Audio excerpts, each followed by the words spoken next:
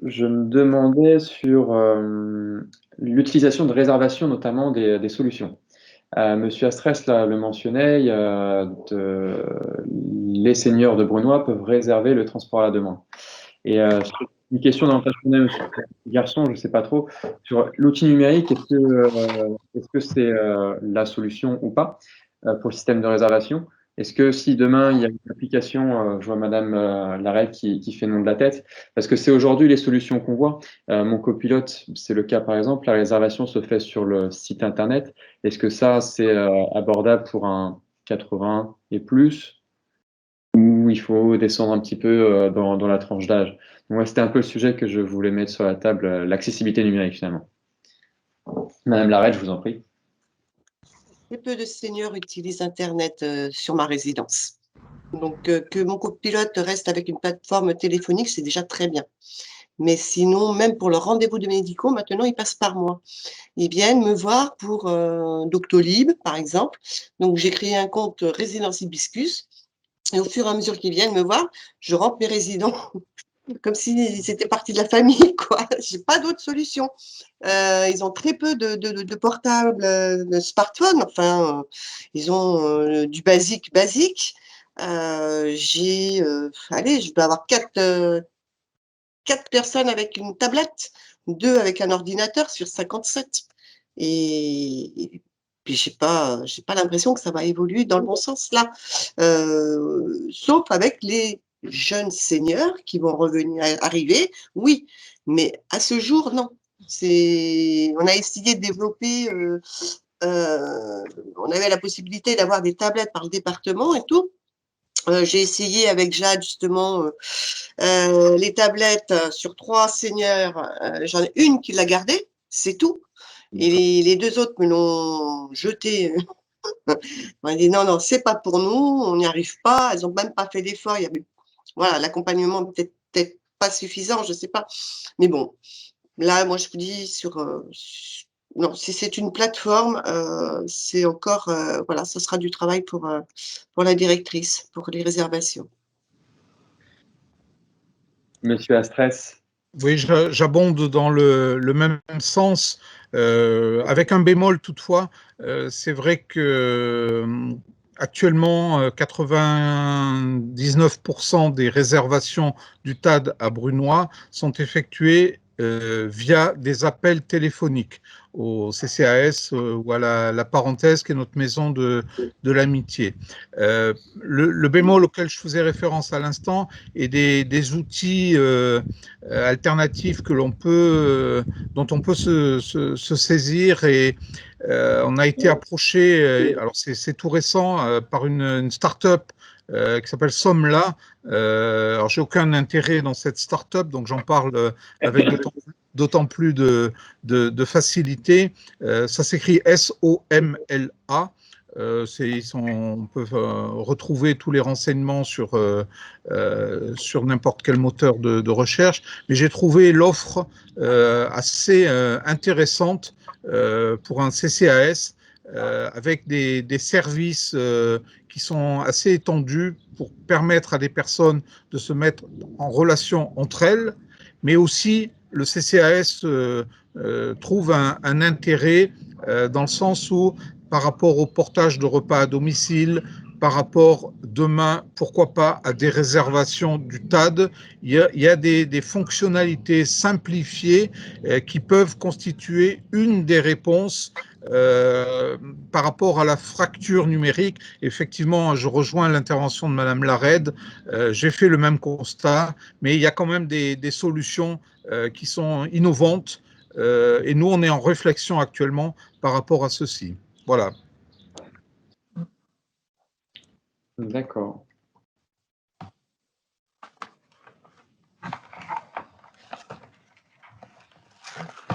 Garçon, vous, parmi les dispositifs dont vous parliez, quelles sont les pistes que vous privilégiez, mais les systèmes qui vous paraissent les plus pertinents? Ça ne va pas être le bon mot non plus, mais dans le sens où on a aujourd'hui le transport doux, la mobilité douce qui est présent, le transport à la demande, transport en commun, bus, RER, la voiture. Qu'est-ce qui pour vous est le pas la réponse la plus adaptée, mais qui est celle sur laquelle il faut peut-être davantage se pencher. Il y a le covoiturage également que je n'ai pas mentionné. Mais est-ce que c'est finalement une réponse un petit peu de tout pour avoir la meilleure réponse de mobilité? Ou est-ce qu'il y en a certaines à privilégier plus que d'autres? Non, c'est vraiment une combinaison de tous les outils qu'on peut utiliser. Nous, on en est même aussi à étudier l'utilisation de la trottinette électrique, avec notamment des formations avec la Startup to Rule, parce qu'aujourd'hui, on voit bien que on a besoin d'offrir une diversité de moyens, en fait, parce que c'est tellement individualisé, cette affaire, entre le lieu de résidence, le lieu de travail, les habitudes, les impacts culturels. Voilà, on le voit bien, l'âge aussi, c'est-à-dire qu'on n'utilise pas les mêmes moyens de transport en fonction de l'âge, on le voit, on le sait. Nous, on a une flotte par exemple, on a une flotte de scooters. Il y a beaucoup de personnes qui sont pas prêtes à utiliser un scooter, alors que ça peut être un moyen de mobilité assez simple et assez accessible. Le vélo à assistance électrique, il est intéressant sur des zones plus urbanisées. On voit bien que l'utilisation du vélo à assistance électrique dans le Sud-Essonne, il est très peu plébiscité. Parce que les distances sont longues, parce qu'il y a des conditions de sécurité, parce que il y a aussi des questions culturelles, voilà. Donc, on l'a plus en vélo loisir qu'en vélo taf. Déjà, le vélo taf, c'est pas quelque chose qui est très utilisé en Essonne. C'est quelque chose qui est très petite couronne, mais peu grande couronne. Typiquement, on est dépositaire, nous, des locations Véligo. On a 2 sites dépositaires qui sont Orsay et Étampes. J'ai aucune demande sur Étampes de Véligo, donc l'offre de location de vélo assistance électrique de la région de France. Et j'ai pléthore de demandes sur Orsay. Voilà. Donc on voit déjà bien, mais ça touche principalement des CSP+. Ça ne va pas toucher non plus des gens en bas niveau de qualif, ou alors c'est vrai que ceux qui sont sur les plateformes logistiques, ils vont difficilement faire du vélo à 5h30 du matin, quoi. Voilà. Donc voilà. Donc c'est la question de l'offre de mobilité, elle doit vraiment être pléthorique pour pouvoir répondre aux besoins. Voilà. On parle du TAD aussi. Île-de-France met en place un dispositif de transport à la demande, mais sur des lignes fixes. Voilà. Nous aujourd'hui, on est du porte-à-porte. Voilà. Donc on voit bien que toutes ces combinaisons-là sont utiles et qu'il faut être capable d'offrir un maximum d'opportunités. Il est vrai qu'à Essonne Mobilité, l'une des portes principales, c'est le permis de conduire, c'est le permis B. Mais c'est ce que disait Mathilde. Aujourd'hui, on sait que 65% des transports en Essonne, c'est la voiture. Donc voilà, et effectivement, faire une transversale Milly-la-Forêt-Étampes, vous vous amusez en transport en commun. Ouais, bien sûr. Et encore, c'est pas forcément le plus compliqué. Mais même, vous faites Palaiseau-Évry. Palaiseau-Évry en transport en commun, c'est complexe. Faire Palaiseau-Étampes, c'est 2 heures à minima de transport en commun. Alors que c'est 40 minutes en voiture. Voilà. Voilà, on est très axé permis de conduire. C'est aussi ce qui coûte le plus cher. C'est-à-dire qu'en moyenne, un permis de conduire, c'est 2045 € en Essonne. Quand vous êtes au SMIC ou que vous êtes au RSA, accéder à un permis de conduire à 2045 €, c'est tout bonnement inaccessible. Tout à fait. Et après, il y a l'acquisition. Je rejoins ce que disait Madame de Logère. Il y a l'acquisition du véhicule. Voilà. Parce que l'acquisition du véhicule, elle peut paraître simple avec toutes les offres de location avec option d'achat. Oui, mais sauf que ça passe par un crédit bancaire quelque part. Et donc, il y a ce frein du crédit bancaire. Voilà. Donc, c'est un vrai souci. C'est pour ça que nous, on a mis en place aussi une offre d'achat de véhicules d'occasion pour les personnes à bas niveau de revenus et les demandeurs d'emploi. Voilà. Et on le fait avec des tarifs adaptés et avec des conditions de paiement parce qu'on nous donne des véhicules, parce qu'on est reconnu d'intérêt général. Donc, nous, on récupère des véhicules de particuliers ou d'entreprises qu'on remet en état et qu'on va mettre en vente derrière. En moyenne, une voiture, c'est 1 500 à 2 000 €. Mais au moins, elle est remise en état. elle est garantie 3 mois, il y a des conditions de paiement adaptées, voilà. Donc, on essaye de trouver aussi des solutions par ce biais-là, même si je suis d'accord, ça n'est pas le Saint Graal. D'accord. On a des voitures qui, de toute façon, sont en majorité en critères 3 ou 4, donc qui ne passent pas la 86. Voilà. Mais non, mais c'est vrai. Et aujourd'hui, 3-4, c'est 30% du parc automobile. Hein. Donc, il faut savoir que là, aujourd'hui, tous les résidents dans le périmètre de la 86 sont en grande difficulté. Alors, justement, vous m'entendez? Oui. Oui. Justement, à propos de ça, Monsieur Garçon, est-ce qu'on ne peut pas imaginer, par rapport au département et puis par rapport à tout ce qui est en train de se faire au niveau transition écologique et transition, de voir par rapport à des véhicules électriques, parce que, alors, permis de conduire, ok, c'est très bien, il y a un certain niveau, effectivement, de degré de personnes qui sont en insertion, on ne va pas revenir dessus, donc voilà. Mais les personnes, quand elles ont le permis, effectivement, elles n'ont pas les moyens de s'acheter une voiture. Et quand elles s'achètent une voiture, je vais être claire, c'est une voiture qui n'est pas chère, sauf qu'il y aura énormément de choses à refaire en termes de comment on appelle ça, de choses à faire dessus. Donc concrètement, si on veut gérer le côté par rapport à l'avenir, par rapport au niveau des véhicules électriques et des véhicules, comment dire, partagés. Donc comment, en termes de stations, puisque là, on élargit le champ, pas seulement salariés et pas seulement seniors qui veulent se déplacer, mais on est en termes aussi au sein d'une commune et au sein d'une communauté, de se dire comment est-ce qu'on met un système, comment dire, de bornes, mais qui pourrait être peut-être le plus près possible, soit d'établissements par rapport qui ont besoin de salariés, plateformes de logistique, des EHPAD, ou éventuellement, comment ça s'appelle pour les seniors, comme disait Madame Larède au niveau des résidences autonomie, pour qu'on ait ce côté électrique en termes de partage de véhicules. C'est-à-dire qu'il y aurait un abonnement et la personne pourrait dire, bah, tiens, moi, cette fois-ci, je vais travailler, je vais faire une vacation d'une journée à tel endroit, je vais aller à tel endroit pour aller me chercher le véhicule électrique, parce que moi, j'ai regardé en Essonne, excusez-moi, mais c'est minime, il n'y a presque rien par rapport à d'autres régions. Alors, la grandeur, la spécificité et tout, mais c'est, voilà, donc est-ce qu'on ne peut pas travailler et là, de manière, je dirais, groupe de travail, vraiment de manière très, très concrète, parce qu'en même temps, là, pour le coup, il y aura des aides, il y aura des investissements, il y a des plans d'investissement qui sont prévus. Donc, je me dis, il ne faut pas passer à côté. Au lieu de regarder sur une solution, mais qui est une solution du passé, mais ce n'est pas une critique, autant regarder sur les solutions de l'avenir, parce qu'à la clé, il y a des financements, il peut y avoir des financements européens, des financements au niveau de la région, au niveau de l'État, et on raisonne en termes de partage. Je ne raisonne pas en termes de l'acquisition spécialement d'un véhicule électrique, mais de partage de véhicules électriques et en termes de bornes, parce qu'effectivement, à un moment donné, il faut bien qu'il y ait quelqu'un qui paye l'investissement de la borne. Mais pourquoi pas un EHPAD? Moi, mon EHPAD, il est situé en face de la mairie d'Épinay, à côté d'un centre commercial, à côté, effectivement, aussi du CCAS. Je me dis, ça fait sens. Vous voyez ce que je veux dire? Donc après, il faut y aller étape par étape. Donc je pense que franchement, M. Tézé, là, il y a un vrai sujet. Et à pas se dire ça, c'est dans 3 ans, mais justement, c'est avant l'heure, pendant que tout le monde est en termes de réflexion. En plus, il y aura comme des élections présidentielles, donc je me dis, il faut y aller à fond, en termes de groupe de réflexion et de groupe de travail auquel je veux bien participer. Je vous rejoins sur cette question du véhicule vertueux. Nous, on est aussi, même dans notre transport à la demande, on est aussi dans ces réflexions-là. Là, depuis quelques semaines, quelques mois, je rencontre beaucoup de structures de services à la personne. J'étais encore avec le SAT 91, avec la plateforme SAP et ainsi de suite. Alors, la question se pose sur le véhicule purement électrique, mais aussi sur le véhicule hybride. Oui.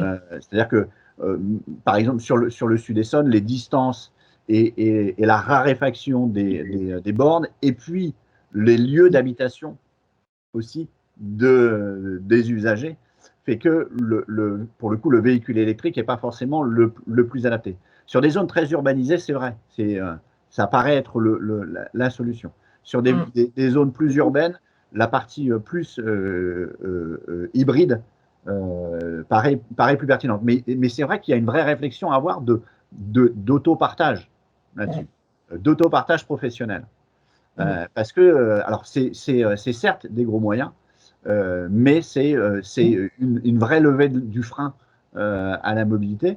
Et après, c'est dans cette dimension d'autopartage, comment vont être gérées les flottes de véhicules.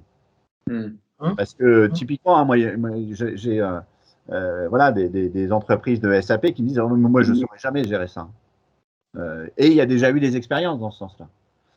Notamment la CCPL, donc la communauté du pays de Limours, qui avait mis en place un service de mise à disposition de voitures sans permis. Mais c'était le service emploi qui s'en chargeait. Ils ont vite abandonné. Ils ont dit, moi, je ne sais pas gérer l'entretien des véhicules, la mise à disposition, la gestion au quotidien, la relation avec l'usager, et ainsi de suite. Donc, je pense qu'il y a une vraie réflexion de fond à porter sur les moyens et la gestion de ces moyens-là. Ça, c'est pour Essonne Développement, ça. J'ai entendu les messages. En effet, pour vous répondre à tous les deux, en effet, du coup, Mathilde avec moi a entendu également les messages. On se penchera sur les questions et c'est là tout l'enjeu justement d'avoir ces tables rondes, alors qu'elles soient en présentiel ou en numérique. L'idée, c'est que les besoins et les idées se rencontrent, se télescopent et puis ensemble, on écrit une histoire. Donc là, l'histoire à écrire potentiellement, c'est de réunir les bons interlocuteurs. Donc là, en l'occurrence, on a le besoin avec Madame Delogère, on a Essonne Mobilité, on a Florence Lared également qui a des problématiques seniors, et puis on a, ça tombe bien, une entreprise essonnienne qui fait des bornes électriques. Donc il n'aura plus qu'à trouver le producteur de voitures et puis un financeur, et puis on a une réponse. Donc, on a un sujet sur la table collectivement, et on s'y penchera et on y réfléchira pour réunir les bons acteurs. Et vous avez sur Étampes une entreprise qui s'appelle Green Vision et qui travaille beaucoup sur le véhicule électrique et qui est en partenariat avec Renault sur le recyclage des batteries des Zoé. D'accord, entendu, intéressant. Et donc, il y a des connexions et des interconnexions avec le monde du véhicule électrique assez intéressant. Ok, super. Tout ça rentre complètement dans la logique de l'étude qu'on a voulu. En fait, c'est pas une étude pour une étude, c'est une étude pour agir par la suite. Donc, on viendra vers vous à la rentrée sur ce sujet-là si vous souhaitez qu'on puisse avancer pour indiquer la manière dont on peut le faire. Tout à fait. Très bien. Écoutez, merci à tous. C'était très intéressant. J'espère que tout le monde aura apprécié. Et puis, pour la suite, nous restons disponibles pour avancer collectivement ensemble, pour mettre en relation avec les bonnes personnes si vous n'avez pas les coordonnées. Et puis, nous mettrons en ligne le webinaire pour le diffuser autour de vous pour ceux qui l'auraient raté. Et puis, pour la transmission des coordonnées et différentes questions. Donc, à tous une excellente journée, de bonnes vacances, parce que ça se profile pour certains. Presse qui est parti avant. Et puis, je vous dis à très bientôt. D'accord, merci. Au revoir. Merci. Au revoir. Bonjour à tous. Au Merci à revoir. tous. Au